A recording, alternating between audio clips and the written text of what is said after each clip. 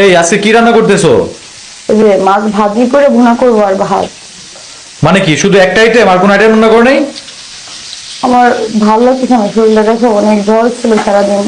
কি তোমার জ্বর ওঠে 2 দিন পর পর? একটা জ্বর কয়দিন থাকে?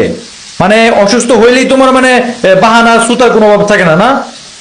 দেখো মানে সাথে কেউ হেল্প করলে তো আর 2টা ডিম রান্না করতে পারতাম। ও, আম্মা গ্রাম থেকে আসছে তোমাকে হেল্প করার জন্য, না? মানে মানে তুমি চাও যে তুমি ঘরে বসে থাকো, আর আমার আম্মা রান্না করে রান্না করুক, তাই তো?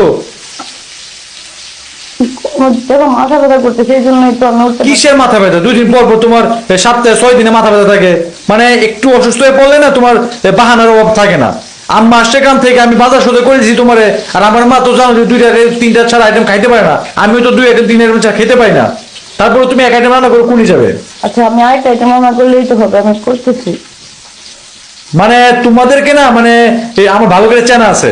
তোমরা শাশুড়ি দেখলে আর ননদ দেখলে তোমরা শরীরের মধ্যে রূপ রূপ জন্ম নেয়, আর তোমরা অসুস্থ হয়ে পড়ে একেবারে। শরীরের মধ্যে কোনো শক্তি থাকে না, কোনো মরে যাবে একেবারে। কেমনে কো, আমি তো গতকাল তো যেদিন আসছে ওই দিন আমি গরুর মাংস রোজ পোলা সবই তো করছি। না, আমি দেখতেছি তো, মানে আম্মা আসার পর থেকে তোমার চেহারা ছবি পরিবর্তন দেখতে পারতেছি আমি। আর তোমার শরীরের পরিবর্তন আমি দেখছি। মা না থাকলে তো ঠিক মতো তুমি রান্না করো, ঠিক তোমার ওষুধ থাকে না, কোনো কিছু থাকে না।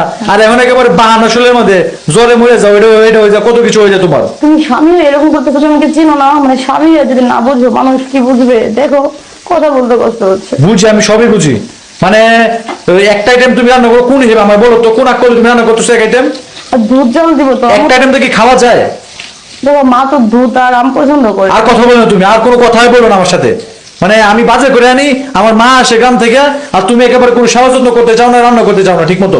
মানে তোমাদের এই সমস্ত তাল বাহানা আমাদের ভালো করে জানা আছে। আজ এখানে রূপ রূপ বলে দেখো না এখানে।